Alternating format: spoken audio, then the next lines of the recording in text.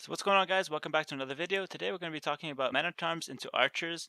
It's a nice little builder you can do for both 1v1s and team games when you're on the flank, and it's really effective. It's pretty much better than the regular archers builder because the men-at-arm lets you get some early pressure and prevents your opponent from just going straight into skirmishers. So here's the build if you guys want to just have the information ready. It goes up to pretty much when you click Castlage. Then after that, you can do a bunch of different things. But this is pretty much where you send your bills and what upgrades you need to get. So go ahead and look at that. And then we're gonna just hop right into the build. So we're gonna play it as Saracens, so there's no eco bonuses, and we're also going to lure no deer. So this is pretty much the worst case scenario. In your games, if you have a civ like Malians or Mayans who gets a nice little bonus, it's only going to get better. And if you can lure a couple deer as well, that definitely helps out. But this is, like I said, the basic build with pretty much the worst case scenario you can have. So let's jump right into it here.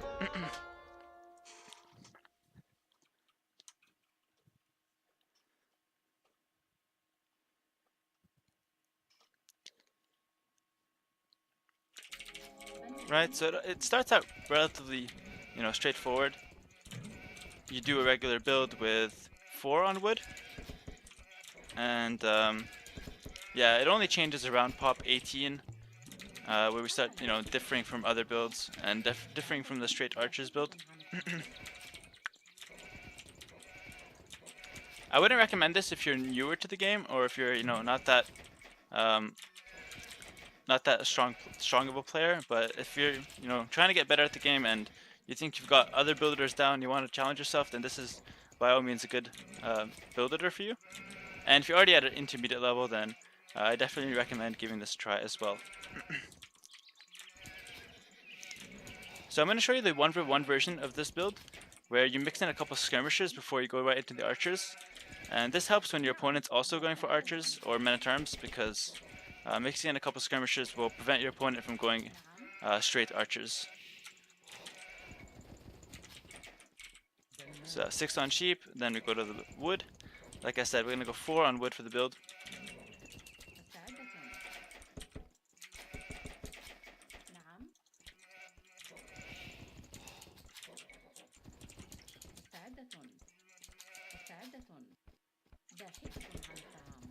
Most important thing to keep in mind is just, for the Dark Age, is just to keep your TC running. So, you never want idle TC, you always want it to keep making vills. That's going to allow you to hit these really strong uptimes, and pretty much, perfect Feudal Age timings. Alright, so 4 on wood. And then we'll look to take a boar. A good general tip is to take the boar closer to the front of your map. So in this case, I've got one on kind of like the side and one in the back. I'm going to take the one that's on the frontish first. And basically that's going to prevent me from getting lamed. There's more chances that he'll steal this one than steal the one in the back. So it's best to take this one first if you can.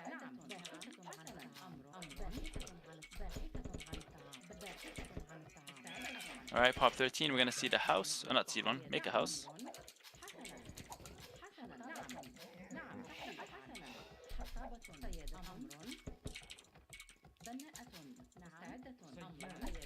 And we'll go ahead and take that boar real quick. And then we'll go over to berries. It's a pretty standard build so far. Only thing you should note is the 4 on wood. Also, making the houses where I want to wall is another thing that's important. So I have a pretty nice map here. I'm going to look to close it up, and in all my builders I show you guys a way to wall the map, because I think that's a consistent way to play, being able to wall. So, we'll sacrifice a little bit of our uptime, we'll go up a bit slower, but we'll be fully walled and protected in Feudal Age. And that makes you, get more consistent games. And not lose to just like being open on the side or something, getting raided. Right, go ahead and get the next boar when first one's about to run out. Alright, now the next couple of vills will go onto boar, and at pop 18 or 19 we're gonna start doing stuff differently. So I'll show you when we get there. Pop 18, we'll start doing stuff differently than the regular builds. Oh, that boar kind of bugged out. So yeah, up to pop 18, it's on the boar, nothing changes.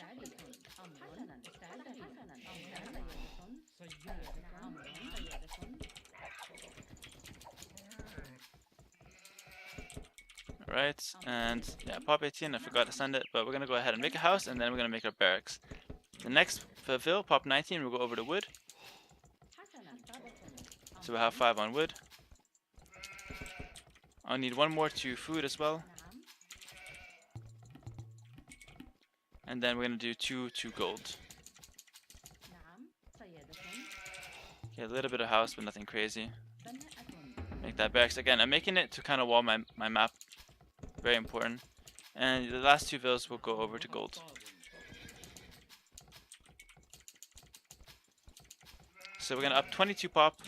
And the idea is we're gonna have our barracks and 2 villas on gold before we click up. And that's gonna let us get our militia out nice and early. And the reason why we do this is because we want to be at our opponent's base when we hit Feudal Age. To be able to deal damage right when the men-at-arms kick in.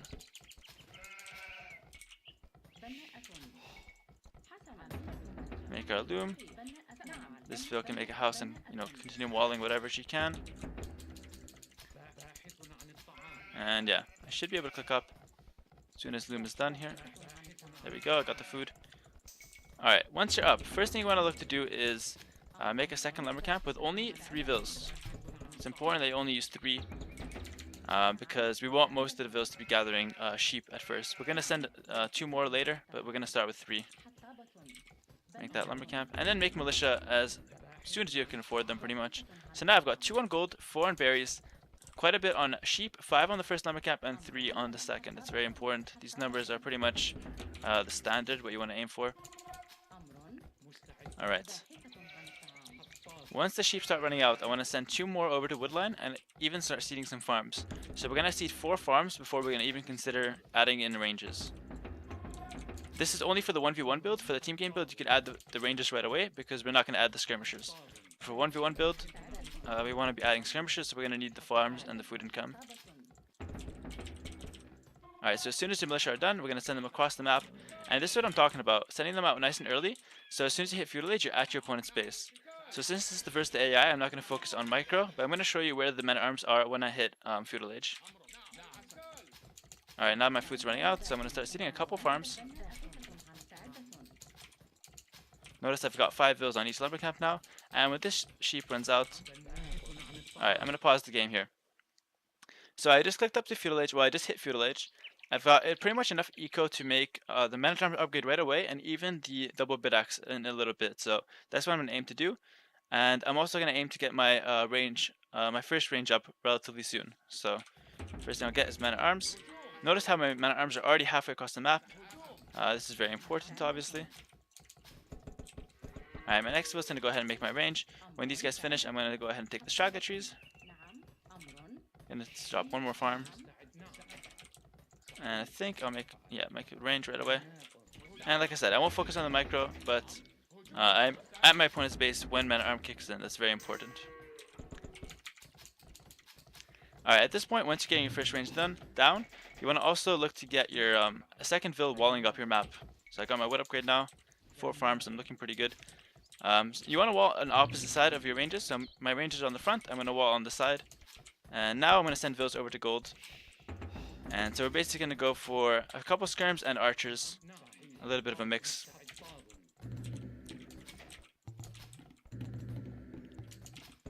And I'm going to send vills onto gold until we have around 7. Alright, so first archer going to be made. So at this point, your men-at-arms have been doing damage for about a minute and a half. They should start dying out soon, but they've stalled you pretty much enough time, and you know should have done enough damage to the point where you're able to make this transition into archers and skirmishers.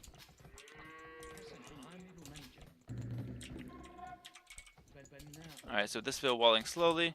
This vill on the front is also closing it up. I'm sending vills over to gold until I have 7. Notice I didn't get horse collar. We're gonna leave that till castle age.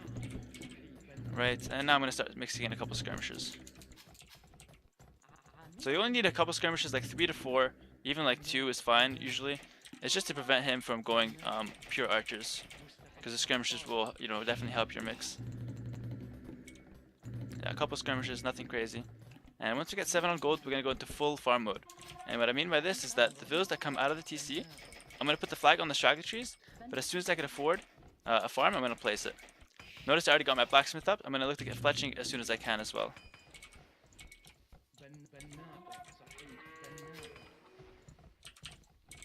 Alright. Blacksmith's down. Archer production is pretty much flowing constantly at this point.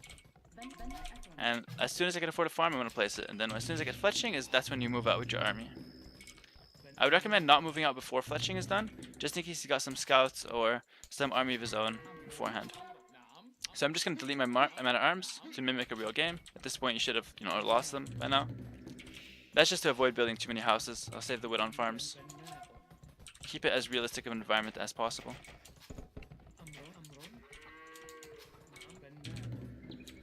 Right, we're going to be able to afford fletching real soon. And as soon as you get fletching, you'll be able to move out with your army. There we go, I afforded fletching. And this is what your army should look like. Couple skirms, mostly archers. Fletching on the way. I'm constantly farming. Like I said, I didn't use any deer. At this point, when your berries are starting to run out, I recommend seeding a couple farms with them. Just so you don't have 4 idle villas at once. Definitely helps out. And at this point, it's pure archer production. No more skirmishes are being made. The skirmishes are really just for the beginning of the game. Constant farm production still. And you want to get wheelbarrow around 12 to 14 farms, which usually happens around 16 to 17 minutes if you do the build properly. If you're a bit delayed, then it'll come in a little bit later. Once your berry fields are idle, seed farms as much as you can afford them, and then send the rest over to a wood line. I'm constantly waddling my map with 1 or 2 villagers. And archer production is constant as well. Before you get wheelbarrow, make sure to send an 8th villager to gold. This is very important. It's going to allow you to save up your gold for castlage. At this point, I'm still want to be seeding farms as soon as I can afford them.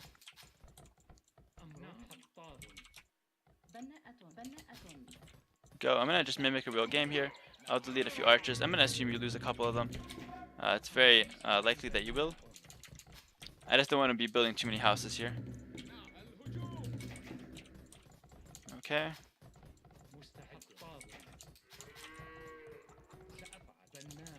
Consistently seeding a few more farmers. And archer production has pretty much never stopped this whole time. So it's very important. For newer players, the things you have to keep in mind when you're trying this build up for the first time, keep your TC running the whole time and keep your ranges running the whole time. That's the one thing I've noticed, is where you guys tend to make your mistakes. Also, walling, the constant walling is definitely ideal as well. Alright, after wheelbarrow, you don't want to seed any more farms. The villas that come out will go straight over to wood. You could add 1 more on gold, but generally I think 8th on gold is fine for castlage. Although I could use 1 more farm with the straggler villager, but after that, definitely none. Reseed these ones, that's fine. But the villas that come out of TC will go over to wood. Archer production is constant as well.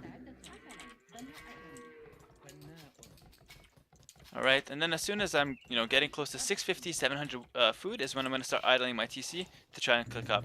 I should click up around 20, I should be up to castlage around 2205, I believe. 2205, maybe 2210, something like that. Depending on how much I want to idle. Okay, so I'll start idling now around 650, 700. Garrison everything, let's see if I make it. 3 food off, that's the way it goes sometimes. But yeah, we're up. And let's see what time we'll get up there. On your way up to castlage, there's a few important upgrades. So constant archer production, that's a must. Let's send one more over to gold. I think 9 might be a little bit more effective. Again, constant archer production, that's something that never changes. Any farm that runs out now, we're going to take that villager and put it over to wood instead of food. Upgrades you want to get is your gold mining and your archer armor. So that's the stuff you want to prioritize. So if farm runs out, send it over to wood. That's very important. It's what's going to allow us to get ballistics early as well as TCs. Archer production is constant as well. You also want to get horse collar, but it's going to be the last upgrade you want to get on the way up. So again, gold mining first, then archer armor, and then horse collar. Very important order. You could do the archer armor first if you're fighting as well. That's another possibility. But generally, a horse collar is the last upgrade you get. And we're going to get it just in preparation for the castlage boom that we're going to perform. So in this build, we're going to prioritize ballistics. So we're going to get ballistics rather quickly. but we're also going to drop a TC right away. For your TC placements, I recommend you put one on a secondary gold, so something like this makes sense, and one on another woodline, so something like this makes sense, or maybe even here with the deer, the stone, and the wood. It's a really good habit and it helps your castle age economy. It makes it easier to boom.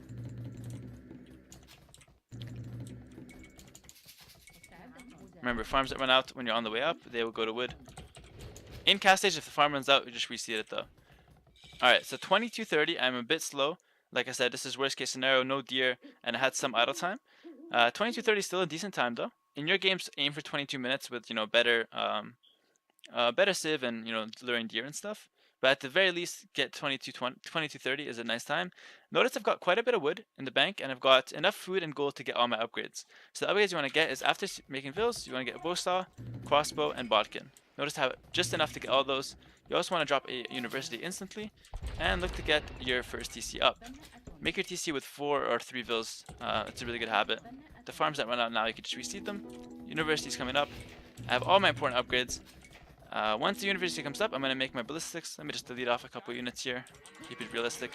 You shouldn't ever have more than 75 pop anyway at this stage.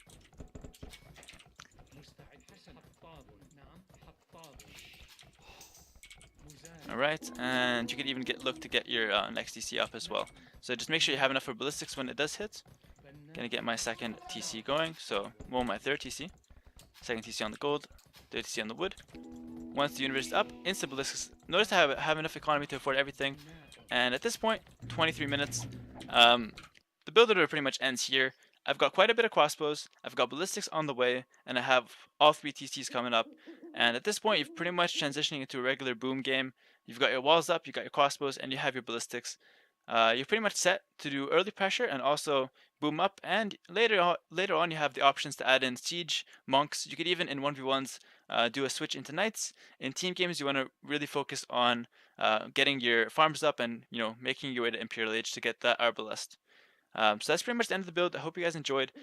Keep an eye on the timings when practicing your builds. So something like a 10:10 Feudal Age is ideal, and a 22-minute cast age would be perfect. And yeah, I hope you guys learned something from this build. I'll probably be doing a expert analysis of this build being used in the near future, sometime like in 1 week or 2 weeks, so keep an eye out for that. But yeah, that's pretty much the end of this video. Make sure to drop a comment if you enjoyed, and just subscribe for more. Anyways, peace out guys, hope you guys enjoyed. Take care.